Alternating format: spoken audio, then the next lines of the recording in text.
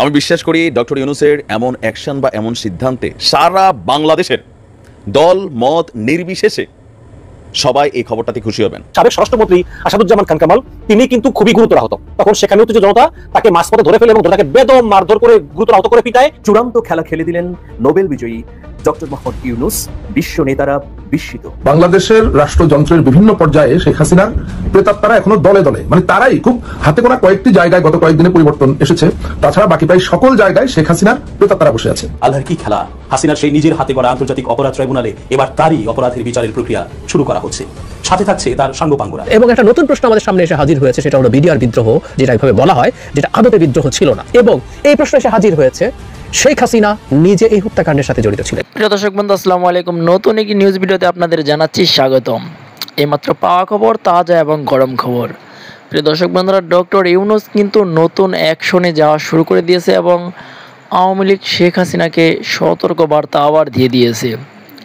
সেই সাথে কিন্তু বিএনপিদেরও চিপায় ফেলিয়ে রেখেছে ডক্টর ইউনূস। প্রিয় দর্শক বন্ধুরা, আজকের এই ভিডিওটি দেখলে সব কিছু আপনারা বুঝতে পারবেন। সেই সাথে শেখ হাসিনা কিন্তু এখনো হাল ছাড়েনি। নয়াদিল্লিতে বসে কিন্তু শেখ হাসিনা নতুন প্ল্যান শুরু করে দিয়েছে। প্রিয় দর্শক বন্ধুরা, আজকের এই ভিডিওটি স্কিপ না করে সম্পূর্ণ দেখবেন, আশা করি সব কিছু বুঝতে পারবেন। বেশি কথা বলবো না, আপনাদের বিস্তারিত ভিডিওতে নিয়ে যাব।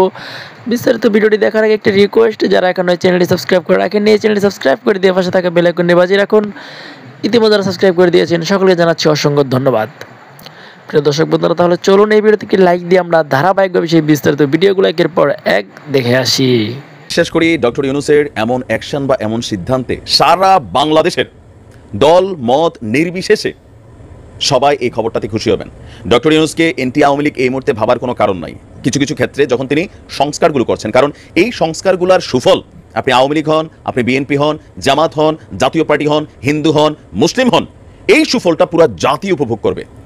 বাংলাদেশকে গত 16 বছর যাবৎ একটা ঘটনা তো ঘটছে, আর 53 বছর যাবৎ আরও কিছু ঘটনা ঘটছে। তো লাস্ট 16 বছরে সবচেয়ে বেশি নেগেটিভ একটা ইফেক্ট পড়েছে আমাদের কোন মন্ত্রণালয়টাতে?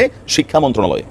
এখন কেন এগুলো পড়ছে? আপনি দেখেন, সাবেক শিক্ষামন্ত্রী আগাগোড়া একটা টকেটিভ পারসন, অথবা আমি জানি না যে তার অবস্থান কি, কেন তার মতন একজন মানুষ শিক্ষামন্ত্রী হইল। যাই হোক, বিভিন্ন রাজনৈতিক লেজুর ভিত্তিতে হয়েছে। নওফেল এবং এর আগে ডক্টর দীপুমণি, তাদের যে নতুন নতুন এক্সপেরিমেন্ট, এই এক্সপেরিমেন্টে বাংলাদেশের শিক্ষা ব্যবস্থা ধ্বংস হয়ে গেছে। বাচ্চারা ঠিকমতো স্কুলে যাচ্ছে না, হাতে মোবাইল, ইন্টারনেট এগুলো ব্যবহার করছে, কিন্তু এগুলোতে কী ব্যবহার করছে সেটা ছিল জরুরি। আমাদের পাঠ্য বইগুলোতে নানান অ্যাডাল্ট অনেক কন্টেন্ট এখানে ঢুকে গেল, তারপর হচ্ছে বিতর্কিত অনেক অধ্যায় ঢুকে গেল। তো সেগুলো নিয়ে গার্জিয়ানরা বিরক্ত ছিল, কিন্তু আসলে নানান প্রতিবাদ সমাবেশ বিক্ষোভের পরেও কোনো রকম পরিবর্তন হচ্ছিল না। তো অবশেষে ডক্টর ইউনূসের নির্দেশে নতুন সংস্কার হচ্ছে, তবে পুরান প্যাকেটেই নতুনটা আমরা দেখতে পাচ্ছি। ঘটনা কি? নতুন যে শিক্ষাক্রম লাস্ট আওয়ামী লীগ সরকার বাস্তবায়ন করার চেষ্টা করেছিল, সেইটাকে বাস্তবায়ন করা কঠিন। সিস্টেম সুন্দর, কিন্তু এটা বাংলাদেশের জন্য না। সিস্টেমটা সুন্দর ছিল, কিন্তু এটা কাদের জন্য? সেই লেভেলের দেশগুলোর জন্য, যারা পৃথিবীর সর্বোচ্চ ভালো থাকা কান্ট্রিগুলো। এখন সরকার সিদ্ধান্ত নিয়েছে, আমাদের শিক্ষা উপদেষ্টা হিসেবে যিনি নিয়োগপ্রাপ্ত হয়েছেন ওয়াহিদ উদ্দিন মাহমুদ, তিনি বলছেন যে অন্তর্বর্তীকালীন সরকারের বিশেষ বৈঠকে তারা সিদ্ধান্ত নিয়েছে যে আগের পদ্ধতিতেই ফেরার চেষ্টা করা হবে এই সামনের বছর থেকে। নতুন শিক্ষাক্রম বাস্তবায়ন করা কঠিন। আর এমন মন্তব্য করে শিক্ষা উপদেষ্টা ওয়াহিদ উদ্দিন মাহমুদ বলছেন সাংবাদিকদেরকে যে আগের পদ্ধতিতেই আমরা ফেরার চেষ্টা করব, তবে আগেরটাতে ফিরে গেলেও আমরা এমনভাবে ফিরে যাব না যে বর্তমানটার সাথে শতভাগ আবার অমিল থাকবে। এটার কারণ আছে, কারণ যেই পাঠ্যক্রমটা চলছে একটা জেনারেশন বা একটা অংশ এটাতে কিছুটা ইউজ টু হয়ে গেছে বা অভ্যস্ত হয়ে গেছে। এই পাঠ্যক্রমেরও কিছু জিনিস ভালো ছিল, বাট অধিকাংশই এখানে ঝামেলাযুক্ত ছিল। সিস্টেমটা সুন্দর, আবারও বলি, কিন্তু এগুলো বাংলাদেশের জন্য প্রযোজ্য না। তো আমাদের উপদেষ্টা মনে করছেন যে আগেরটায় ফিরে গেলে তারা যা পড়ে ফেলেছে তার সঙ্গে মিল রাখতে হবে, সেজন্য অতি দ্রুত কিছু সিদ্ধান্ত নেওয়া হচ্ছে। তিনি বলছেন যে অনেকগুলো বিশ্ববিদ্যালয় এই মুহূর্তে অভিভাবক শূন্য, পাশাপাশি যত দ্রুত সম্ভব আমরা এগুলো চালু করব। তবে এটা একটা সুযোগও, আমরা চাইব যে এই সেক্টরগুলোতে সত্যিকারের শিক্ষানুরাগী, প্রশাসনিক, শিক্ষাগত যোগ্যতা যাদের রয়েছে, দলমত রাজনীতির বাইরে গিয়ে তাদেরকে এখানে নিয়োগ দেওয়া হচ্ছে। তিনি বলছেন যে এতদিন ধরে আমাদের বড় অবমূল্যায়ন করা হয়েছে। অনেকগুলো বিশ্ববিদ্যালয় নিয়ে ঝামেলা ছিল। ছাত্র শিক্ষকদের প্রতি অনুরোধ যে শুধু অবকাঠামো উন্নয়ন দিয়ে নয়, অর্থনীতির সাথে তাল মিলিয়ে যদি মানব সম্পদের উন্নয়ন না হয় তাহলে কোনো দেশ উন্নত হয় না। সেক্ষেত্রে অর্থনীতি এবং শিক্ষার মধ্যে একটা যোগসূত্র থাকবে। শিক্ষার সুষ্ঠু পরিবেশ তৈরিতে সবার সহযোগিতা দরকার। শিক্ষা প্রতিষ্ঠান কমিটিগুলোতে দখলদারিত্ব না হয় সেইটা দেখার দায়িত্ব আপনাদের। একদল সরিয়ে অন্য দল আসবে সেটা আর চাই না। কি করা যায় সেটা নিয়ে চিন্তা করব তিনি বলছেন। তো আমিও মনে করি বাংলাদেশের প্রত্যেকটা প্রাইমারি স্কুল, হাই স্কুল, মসজিদ, মাদ্রাসা, শিক্ষা সেক্টর যেগুলোতে আছে সেইখানে স্কুল কমিটিতে ওই মানুষগুলোকে রাখতে হবে যাদের সন্তানরা এই স্কুলেতে পড়ে। বেশিরভাগ জায়গায় বাংলাদেশের কমিটিতে থাকা লোকদের সন্তানরা স্কুলে পড়ে না, যেই স্কুলে তিনি দায়িত্বশীল আছেন। বাথরুমে গেলে প্রাইমারি স্কুলগুলোতে দেখবেন গন্ধে বিরক্ত, পরিবেশ সুন্দর নাই, লুটপাট হয়ে যাচ্ছে, চুরি হয়ে যাচ্ছে, বাজেটগুলো কেন? তাদের সন্তানরা এখানে পড়ে না। যদি তাদের সন্তানরা পড়তো, বাথরুমগুলো থাকতো চকচকা, ক্লাসরুম থাকতো চকচকা, বেঞ্চ টেন্স থাকতো সুন্দর। তো আমি মনে করি যে ডক্টর ইউনূস সাহেবের এই সিদ্ধান্তগুলো খুবই গুরুত্বপূর্ণ, জরুরি সারা বাংলাদেশের মানুষ। সাবেক স্বরাষ্ট্রমন্ত্রী আসাদুজ্জামান খান কামাল তিনি কিন্তু খুবই গুরুতর আহত, এবং গুরুতর এই কারণে যে তিনি যখন সেনানিবাসে আশ্রয় নেওয়ার জন্য গিয়েছিলেন, তখন সেখানে উত্তেজিত জনতা তাকে মাঝপথে ধরে ফেলে এবং তাকে বেদম মারধর করে গুরুতর আহত করে পিটায়, এবং পরে সেনাবাহিনী তাকে আশ্রয় দেয় এবং তার চিকিৎসা সেখানে চলতেছে সিএমএইচে। এবং ডিবি প্রধান হারুন তাকেও কিন্তু আসাদুজ্জামান খান কামালের মতোই জনগণ পিটিয়ে গুরুতর আহত করে, এবং তারপর তিনি ওই সিএমএইচে চিকিৎসাধীন আছেন। এই হচ্ছে অবস্থা। আমরা জানতে পারলাম যে সাবেক প্রধানমন্ত্রী এম এ মান্নান তিনিও নাকি একদিন ছিলেন, এবং একদিন পরে এই মান্নান সাহেব বাড়ি চলে গিয়েছে। আপনারা জানেন যে এম এ মান্নান কিন্তু একজন তার ইমেজটা একটু ভালো জন্য তিনি চিন্তা করেছেন যে আসলে তাকে কিছু করবেন, এর জন্য তিনি বাড়ি চলে গিয়েছেন। আরো শুনেছি যে সাবেক তথ্যমন্ত্রী মোহাম্মদ আরাফাত তিনিও সেনানিবাসে ছিলেন। আওয়ামী লীগের যুগ্ম আহ্বায়ক মাহবুবুল আলম হানিফ তিনিও এই ক্যান্টনমেন্টে আছেন, তবে হাসান কোথায় এটা আমরা জানতে পারিনি। আরেকটা মজার ব্যাপার হচ্ছে যে 5 জন বিচারপতিও কিন্তু আশ্রয় নিয়েছেন। 5 জন বিচারপতি তারাও পাবলিক গণপিটুনির ভয়ে সেনানিবাসে আশ্রয় নিয়েছেন। তাদের মধ্যে একজনের কথা বলতে পারেন তৎকালীন প্রধান বিচারপতি ওবায়দুল হাসান, এবং শেখ হাসিনার আমলে শিক্ষার্থী তদন্ত কমিশন গঠন করা হয়েছিল, তার চেয়ারম্যান খন্দকার দিলুজ্জামান। আবার অনেকে বলেন যে ছাত্রলীগ থেকে বিচারপতি হয়েছেন, আবার অনেকে বলেন শপথবদ্ধ বিচারপতি এনায়েতুর রহিম, এরাও কিন্তু এই সেনানিবাসে আশ্রয় নিয়েছেন। তো এটা সবাইকে কিন্তু এই সেনা প্রধান বলেছেন যে আপনারা চলে যান, আপনাদের এখানে থাকা লাগবে না, কারণ তিনি চিন্তা করেছেন যে এরা সবাই কিন্তু আসামি, বিভিন্ন দুর্নীতির দায় অভিযুক্ত। এখন এরা গণপিটুনির ভয়ে সেনানিবাসে আশ্রয় নিয়েছেন, ঠিক আছে, কিন্তু এদেরকে যদি কন্টিনিউ আমরা জায়গা দেই তাহলে হয়তো বা একটা শোভন দেখেন, একটা ভালো দেখা যায়। কারণ সেনাবাহিনী প্রধান আসলে ক্যান্টনমেন্ট থেকে বের করে দিয়েছেন এবং তারা নিজের মতো বের হয়ে গেছে। তো তাকে যদি পুলিশ হাতে দিত এটা ভালো হতো। কিন্তু এখন অনেকে প্রশ্ন করতে পারেন যে ভাই ওবায়দুল কাদের কোথায়? দেখেন, ও গত কয়েকদিন আগে ওবায়দুল কাদের সহ 25 জনকে যশোর ক্যান্টনমেন্টে আশ্রয় দেওয়া হয়েছে। ওবায়দুল কাদের সহ 25 জন, এবং অনেকের মধ্যে যে যশোর ক্যান্টনমেন্টে আশ্রয় নিয়েছে তারা, এবং আপনারা জানেন যে যশোর ক্যান্টনমেন্টে যে জিওসি আছে, এই জিওসি কিন্তু শেখ হাসিনার অ্যাসিস্ট্যান্ট মিলিটারি সেক্রেটারি ছিলেন। তো সেদিক দিয়ে কিন্তু ওবায়দুল কাদের সঙ্গে তার খুব ভালো সম্পর্ক ছিল ওদের। তো এই কারণেই মনে করা হয় যে ওবায়দুল কাদের সহ যে 25 জনকে যশোর ক্যান্টনমেন্টে জিওসি আশ্রয় দিয়েছিলেন, আসলে সুযোগ বুঝে তিনি ও যশোর ক্যান্টনমেন্টের জিওসি তাদেরকে সীমান্ত পার করে দিয়েছেন। আবার আরেকটি পক্ষ থেকে শোনা যায় যে ওবায়দুল কাদের আসলে আগেই দেশে চলে গিয়েছেন, তিনি এখন সিঙ্গাপুরে চিকিৎসাধীন আছেন। কারণ আপনারা দেখেছেন যে শেখ হাসিনা পালিয়ে গিয়েছে আপনার 5ই আগস্ট। তো এর আগে 3রা আগস্ট পর্যন্ত কিন্তু ওবায়দুল কাদের সকল ব্রিফিং করতেন, আওয়ামী লীগের ব্রিফিংগুলো, এবং সেখানে তিনি প্রচুর হুমকি ধামকিও দিতেন, যেটা করবো সেটা করবো। কিন্তু তারপরে 4 আগস্ট মানে শেখ হাসিনার পালিয়ে যাওয়ার আগের দিন 4 আগস্ট কিন্তু সেদিন আমরা ওবায়দুল কাদেরকে দেখিনি। ওবায়দুল কাদেরের বদলে আমরা সেদিন জাহাঙ্গীর কবির নানকে দেখেছি ব্রিফিং করতে। তো আমরা ধারণা করি যে আসলে ওবায়দুল কাদের 4 তারিখ রাতে অথবা 5 তারিখ ভোরে তিনি হয়তো পালিয়ে গিয়েছেন, তিনি আসলে বুঝতে পেরেছিলেন। তো আপনারা সোশ্যাল মিডিয়াতে দুটো ছবি দেখেছেন, একটা হচ্ছে যে ওবায়দুল কাদের একটা বিমানে বসে রয়েছে, আর একটা হচ্ছে তাপস পালিয়ে যাচ্ছে। তো এই দুইটা ছবি যদি আমরা দেখি, যদি এটা গুজব না হয়ে সত্য হয়, তাহলে ধারণা করা হয় যে ওবায়দুল কাদের হয়তো কিছুটা আজ করতে পেরেছিলেন যে হাসিনা টিকবে না, এই কারণে তিনি সিঙ্গাপুরে আগে চলে গিয়েছেন। এবং আপনারা দেখেছেন যে আরেকটা ছবি ভাইরাল হচ্ছে যে একটা লোক খুবই অসুস্থ, মাইরের দাগ, তার গায়ে রক্ত মাখা, নাকি অক্সিজেন লাগানো, যে সামরিক হসপিটালে তিনি সিএমএইচে চিকিৎসাধীন আছেন, তিনি নাকি হারুন। অনেকে বলছেন তিনি নাকি ছাত্রলীগের সাবেক সদস্য গোলাম রাব্বানী, কেউ বলতেছেন হারুন খুবই অসুস্থ এবং শরীরে রক্তের দাগ। তো এটা আমাকে একজন ডাক্তার নিশ্চিত করেছেন যে এটা হারুন। সেই ডাক্তার আসলে ঢাকা মেডিকেল হসপিটালে কর্মরত আছেন, বড় ডাক্তার। তিনি বলেছেন যে এটা আসলে ডিবি হারুনের ছবি, তবে ডিবি হারুনকে নতুন প্রশ্ন আমাদের সামনে এসে হাজির হয়েছে, সেটা হলো বিডিআর বিদ্রোহ, যেটা এইভাবে বলা হয়, যেটা আদতে বিদ্রোহ ছিল না, এটা আসলে বিদ্রোহ ভাব দেখিয়ে একটা পরিকল্পিত হত্যাকাণ্ড ছিল। এবং এই প্রশ্ন এসে হাজির হয়েছে শেখ হাসিনা নিজে এই হত্যাকাণ্ডের সাথে জড়িত ছিলেন কিনা। এই প্রশ্ন আসার যৌক্তিক কারণ আসবো পরে, কিন্তু প্রাথমিকভাবে এই প্রশ্ন স্পষ্টভাবে উচ্চারণ করেছেন সে সময়কার বিজিবির, তখন তো বিডিআর ছিল, ডিজি জনাব শাকিল আহমেদের, মেজর জেনারেল শাকিল আহমেদের সন্তান। তিনি স্পষ্টভাবে শেখ হাসিনা, শেখ ফজলুল করিম সেলিম, শেখ ফজলুল তাপসদেরকে স্পষ্টভাবে সরাসরি জড়িত বলে দাবি করেছেন, এবং বলছেন যে এই খুনিরা ক্ষমতায় থাকা অবস্থায় কিভাবে এই বিডিআর হত্যাকাণ্ডের বিচার হবে। কেউ কেউ বলতে পারেন যে তার এই দাবি খুবই আবেগপ্রবণ দাবি, একটা খুবই ছোট বয়সে পিতাকে হারানো একজন সন্তান এরকম করতেই পারে, কিন্তু ব্যাপারগুলো কি ঠিক তাই আমার কাছে মনে হয় না। আমরা এই হত্যাকাণ্ড থেকে সার্ভাইভ করা একজন retired officer, retired lieutenant colonel জনাব কামরুজ্জামানকে মিডিয়ায় কথা বলতে দেখছি। ইনফ্যাক্ট গতকালই একটা টিভি চ্যানেলে তার সাথে আমি একই টক শোতে ছিলাম, তার সাথে সামনাসামনি দেশের জাতীয় জীবনে ভারতীয় গণমাধ্যমের ভূমিকা অত্যন্ত গুরুত্বপূর্ণ। The Hindustan Times, the Hindu, Anandabazar পত্রিকা, অমৃতবাজার পত্রিকা, দ্য স্টেটসম্যান, এ সকল নামকরা পত্রপত্রিকার যে কোনো খবর, ইলাস্ট্রেটেড উইকলি থেকে শুরু করে অন্যান্য যে সকল, এমনকি বিবিসি ইন্ডিয়া, তাদের যে কোনো খবর আমাদের এই দেশে ভীষণ রকম তোলপাড় তৈরি করে। আবার আন্তর্জাতিক অঙ্গনে ইউরোপ, আমেরিকাতে, মধ্যপ্রাচ্যে বাংলাদেশি মিডিয়ার যে প্রভাব, তার চেয়ে 1000 গুণ ভারতীয় মিডিয়ার প্রভাব রয়েছে। দ্বিতীয়ত, ভারতের যে সকল সামাজিক মাধ্যম রয়েছে এবং সেখানে যারা ইনফ্লুয়েন্সিয়াল রয়েছেন, তো আমি যদি একটা ভিডিও করি, তো সর্বোচ্চ ধরেন 2 মিলিয়ন 3 মিলিয়ন ভিউ হয়, অর্থাৎ 30 লাখ 40 লাখ, বা সুপার হলে 50 লাখ লোক দেখে। তো বছরে আমি যদি দৈনিক 2টো ভিডিও করি, তাহলে 700 ভিডিও করি, এর বেশিরভাগই গড়ে 1 লাখ থেকে 2 লাখ ভিউ হয় অ্যাভারেজে, আর যেগুলো পপুলার সেগুলো এরকম 40 লাখ 50 লাখ হয়। তো এখন আমার 1 বছরের যে কর্মকাণ্ড, সেই 1 বছরের কর্মকাণ্ড ভারতের যারা ইউটিউব করেন, যেমন ধ্রুব রাঠি, অন অ্যাভারেজে তার এক একটা ভিডিওতে গড়ে ভিউ হয় 10 মিলিয়ন, মানে 1 কোটি। তাহলে 1 কোটি ভিউ হয়, তাহলে আমার সারা বছরের যে কর্ম তার 2-3টি ভিডিওর মধ্যে হয়ে যাচ্ছে ধ্রুব রাঠি। তো এভাবে ভারতে ধ্রুব রাঠির মতো অনেক ইনফ্লুয়েন্সিয়াল ইউটিউবার আছেন, ফেসবুকার আছেন, তারপরে গণমাধ্যমগুলোর যে সামাজিক মাধ্যমের যে ইউনিটগুলো রয়েছে সেগুলো মারাত্মক ইনফ্লুয়েন্সিয়াল। আমাদের যেমন স্ক্রিনে যদি যমুনা টিভির একটা অনুষ্ঠান দেখে 1 লাখ লোক, ইউটিউবে যমুনা সেই অনুষ্ঠানটা দেখে 10 লাখ লোক।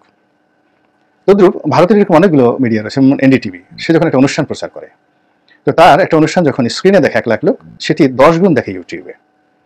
তো এই যে ভারতের মূল ধারার মিডিয়া, তার সঙ্গে সঙ্গে যারা সামাজিক মাধ্যম, এই সময়টিতে বাংলাদেশের বিরুদ্ধে একেবারে আদা জল খেয়ে নেমেছে। এবং হাতে গোনা 2-1 জন ছাড়া, ধ্রুব রাঠির মতো যারা সত্যিকার অর্থে ইনফ্লুয়েন্সিয়াল, এরকম 10-12 জন, 2-4 জন ছাড়া, 10-12 জন হবে না, 2-4 জন ছাড়া প্রায় সবাই এই মুহূর্তে বাংলাদেশের বিরুদ্ধে অপপ্রচারে নামছে।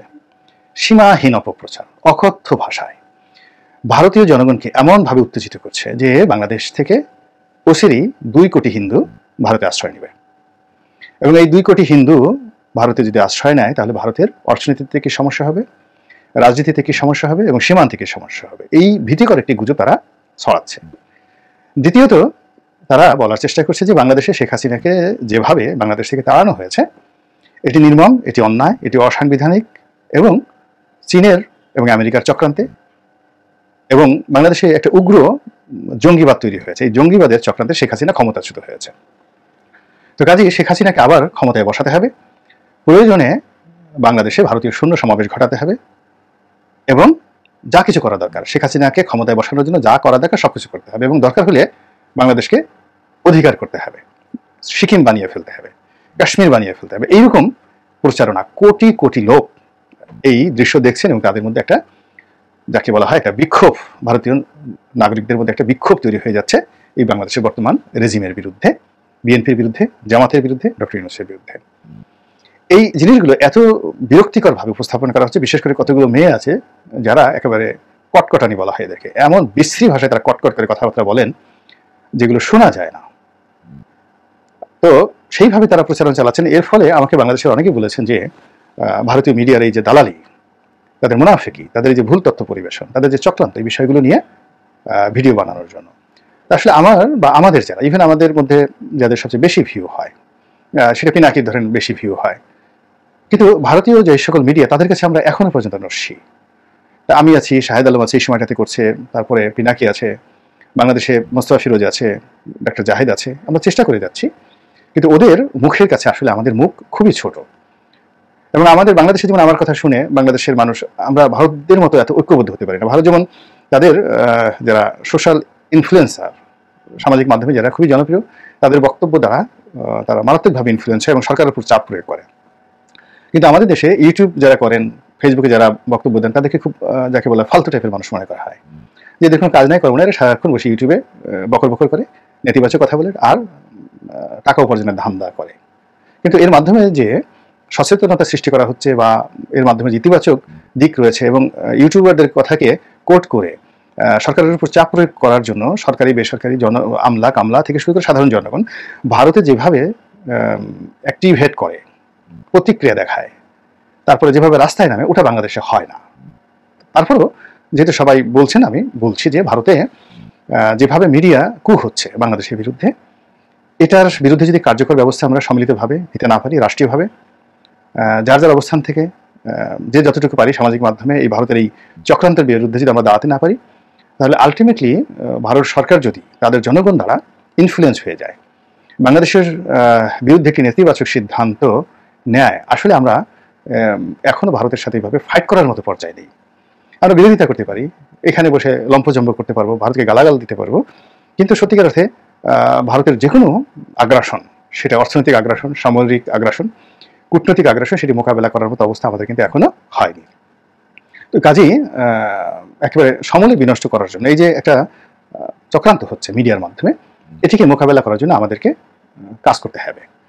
এখন ভারতীয় মিডিয়া শেখ হাসিনাকে মহামানবী হিসেবে প্রমাণ করার চেষ্টা করছে, ভারত বন্ধু হিসেবে প্রমাণ করার চেষ্টা করছে, এবং তার কর্মকাণ্ডের মধ্যে যে ভালো দিকগুলো রয়েছে সেইগুলোকে লাইমলাইটে এনে তারা ইতিবাচক প্রচারণা করছে। এখন সেই ইতিবাচক প্রচারণার বিরুদ্ধে কেবলমাত্র নেতিবাচক কথা বলে কিন্তু সেই ভারতীয় মিডিয়াকে মোকাবেলা করা যাবে না। এখানে সত্যিকার অর্থে যারা গণমাধ্যম নিয়ে পড়াশোনা করেছেন, বড় বড় সাংবাদিক রয়েছেন, ইন্টেলেকচুয়াল লেভেলে কিছু কর্ম করতে হবে। শেখ হাসিনার একটা কার্টুন ছাপিয়ে দিলাম, তাকে ডাইনি বানিয়ে দিলাম, তার বাপ মাতারে খুব অশ্লীল ভাষায় কয়েকটি গালাগাল দিলাম, সে কয় ব্যাগ টাকা নিয়ে পালিয়েছে, কত হাজার কোটি টাকা চুরি করেছে, এই সমস্ত জিনিসগুলো বললাম, এটা দিয়ে ভারতীয় মিডিয়ার যে প্রচারণা সেটা বন্ধ করা যাবে না। তারা খুব সায়েন্টিফিক্যালি এবং খুব সিস্টেমেটিক্যালি এমনভাবে তারা কাজ করে যাচ্ছে, যেটি আগামী 3-4 মাস যদি এভাবে তারা চলতে পারে, তাহলে শেখ হাসিনাকে কেন্দ্র করে ভারতে যে ইতিবাচক একটি জনমত তৈরি হচ্ছে, সেই জনমতের যে ধাক্কাটা কিন্তু বাংলাদেশেও আসবে। এবং বাংলাদেশে এখন যারা অনেকে শেখ হাসিনার বিরুদ্ধে বিষোদ্গার করছে, তারাও কিন্তু ইনফ্লুয়েন্স হয়ে শেখ হাসিনার জন্য হাহাকার তৈরি করবে। আপনারা বোঝার চেষ্টা করুন, বাংলাদেশে যাবৎকালে সবচেয়ে বড় যে কটি সমাবেশ হয়েছে, 4টি সমাবেশ হয়েছে। আপনি অবাক হয়ে যাবেন যে সবচেয়ে বড় সমাবেশটি হয়েছিল যখন আপনার আইয়ুব খান ক্ষমতা লাভ করলেন এবং তিনি বাংলাদেশে আসলেন বক্তব্য দেওয়ার জন্য। তখন আইয়ুব খানকে দেখার জন্য মানুষজন যে ভিড় করেছিল, ওই সময়টিতে ঢাকাতে যে সমাবেশ হয়েছিল, এখনো পর্যন্ত সবচেয়ে বড় সমাবেশ বলা হয় ঐতিহাসিক সেই আইয়ুব খানের সমাবেশ। দ্বিতীয় যে সমাবেশ, সেটা হলো আইয়ুব খানের বিরুদ্ধে যখন ফাতেমা জিন্নাহ দাঁড়িয়েছিলেন এবং তিনি যখন বাংলাদেশে এসেছিলেন, তখন সারা বাংলাদেশে তাকে কেন্দ্র করে যে উন্মাদনা হয়েছিল, এটা হলো সংখ্যার বিচারে দ্বিতীয় জমায়েত। আর আমরা বঙ্গবন্ধু রেসকোর্স ময়দানে যে 7ই মার্চের ভাষণ বলি, সেই 7ই মার্চের ভাষণ হলো তৃতীয় জমায়েত। আর এরপরে সবচেয়ে বেশি জমায়েত হয়েছিল 1981 সনে, যখন শেখ হাসিনা বাংলাদেশে এসেছিলেন। শেখ হাসিনা স্বদেশ প্রত্যাবর্তন দিবসে প্রচন্ড বৃষ্টির মধ্যে কাক ভেজা হয়ে যত মানুষ বিমানবন্দরে ছিল, ওই রকম যাকে বলে বিরূপ পরিস্থিতিতে বাংলাদেশে, মানে ওইরকম বৃষ্টির মধ্যে যদি রেসকোর্স ময়দানে হতো, তাহলে 7ই মার্চের ভাষণ অর্ধেক মানুষ যেত কিনা সন্দেহ। ওইরকম বৃষ্টির মধ্যে যদি আইয়ুব খানের বৈঠক হতো, 3 ভাগের 1 ভাগ লোক যেত কিনা আমি বলতে পারি না, কিন্তু শেখ হাসিনাকে রিসিভ করার জন্য গিয়েছিল। অথচ বঙ্গবন্ধুর হত্যাকাণ্ডের পরে ঢাকা শহরে মিষ্টির দোকান ফাঁকা হয়ে গিয়েছিল। নফরত, ঘৃণা, আওয়ামী লীগের ঘৃণা, আওয়ামী লীগের কোনো লোক মারা গেলে মানুষ জানাজা পড়াতে যেত না, এরকম অবস্থা, বলতে হিন্দু হয়ে গেছে, জানাজা হবে না, 76 সালের ঘটনা। তো সেই যে ঘৃণা, সেই ঘৃণা কিন্তু শেখ কামালকে নিয়েছিল, শেখ জামালকে নিয়েছিল, শেখ কামালের স্ত্রীকে নিয়েছিল, শেখ হাসিনাকে নিয়েছিল, শেখ রেহানাকে ছিল। পুরো 76-77 সন পর্যন্ত আওয়ামী লীগের কারো বিরুদ্ধে, শেখ পরিবার সম্পর্কে কোনো রকম ইতিবাচক কথা বলার মতো ক্ষমতা বাংলাদেশের কারোর ছিল না। তো সেই জিনিসটি 81 সনে এমন কি হলো যে শেখ হাসিনার আগমন উপলক্ষে সারা বাংলাদেশের সবচেয়ে স্মরণকালের জমায়েত হয়ে গেল সেই ঢাকা এয়ারপোর্টে, এটি প্রচারণার কারণে। তো সেই প্রচারণা এখন গ্লোবালি 1000 গুণ বেশি করা সম্ভব। আর অতীতে আওয়ামী লীগের টাকা ছিল না, কানেক্টিভিটি ছিল না। এখন তাদের রাশিয়াতে রাষ্ট্রীয় পর্যায়ে বন্ধু আছে, ভারতে আছে, তারপরে চীনে আছে, মধ্যপ্রাচ্যে আছে, আমেরিকাতেও আছে, এবং অঢেল টাকা 15 লক্ষ কোটি টাকা তারা বাংলাদেশ থেকে শুধু পাচার করেছে।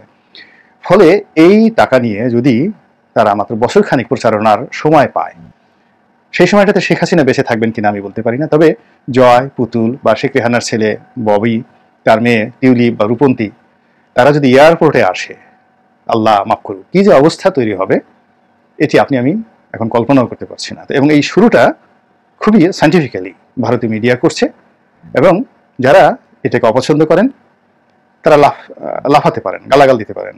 তো সেগুলো করে লাভ নেই। বুদ্ধিমত্তাকে মোকাবেলা করার জন্য বুদ্ধি লাগবে, তলোয়ারকে মোকাবেলা করার জন্য তলোয়ার লাগবে, বন্দুককে মোকাবেলা করার জন্য বন্দুক লাগবে। আওয়ামী লীগের লোকজন এখন যে প্রচারণা করছে, সেই প্রচারণার বিরুদ্ধে কাউন্টার প্রচারণা করার জন্য যদি বিনিয়োগ করা না হয়, প্রস্তুতি না থাকে, চেষ্টা করা না হয়, তাহলে আওয়ামী লীগের ফিরে আসতে খুব বেশি সময় নেবে না। আমি কয়েকটা ভিডিওতে বলছি যে স্বাভাবিক নিয়মে চললে তাদের 20 বছর সময় লাগবে, মানে 2 যুগ সময় লাগবে। কিন্তু যদি অস্বাভাবিক হয়, তাহলে 2 মাসের মাথায় তারা ফিরে আসলেও আশ্চর্য হওয়ার কিছু নেই। এর কারণ হলো ইতিপূর্বে এরকম অনেক ঘটনা অনেক দেশে ঘটেছে। গণ অভ্যুত্থান হয়েছে, দেশ থেকে পালিয়ে গেছে, 1 মাস পরে, 2 মাস পরে, 3 মাস পরে আবার রাজার হালে ফিরিয়েছে। দেখেন তো রাজাপাকসের এখন শ্রীলঙ্কা রাজনীতি নিয়ন্ত্রণ করছে না, রাজাপাকসে ফেরত আসছে, গিয়ে দেখেন সেখানে। তারপরে রেজা শাহ পাহলভী, সে প্রথমে পালিয়ে গেছিল 50-এর দশকে, প্রথম গণ অভ্যুত্থান যখন হলো, যখন মোসাদ্দেক সেখানে প্রধানমন্ত্রী হলেন। কিন্তু যখন কাউন্টার কু হলো, তিনি আবার ফিরে আসলেন এবং আবার ক্ষমতায় বসলেন। কাজে এই যে লীলা খেলাগুলো হচ্ছে, সেই লীলা খেলা মোকাবেলা করার জন্য আপনাকেও লীলা খেলা জানতে হবে। প্রিয় দেশবাসী, শুরু থেকে শেষ পর্যন্ত যারা এই ভিডিওটি দেখেছেন সকলকে জানাই অসংখ্য অসংখ্য ধন্যবাদ। যারা এরকম নিউজ ভিডিও পেতে পছন্দ করেন তারা অবশ্যই এই চ্যানেলটি সাবস্ক্রাইব করে পাশে থাকা বেল আইকনটি বাজিয়ে দিবেন। যারা এখন এই ভিডিওটি শেয়ার করেননি, এই ভিডিওটি দ্রুত শেয়ার করে সকলকে দেখার সুযোগ করে দিন। আজকের মতন এই পর্যন্ত, দেখা হচ্ছে পরবর্তী কোনো ভিডিও নিয়ে ইনশাল্লাহ।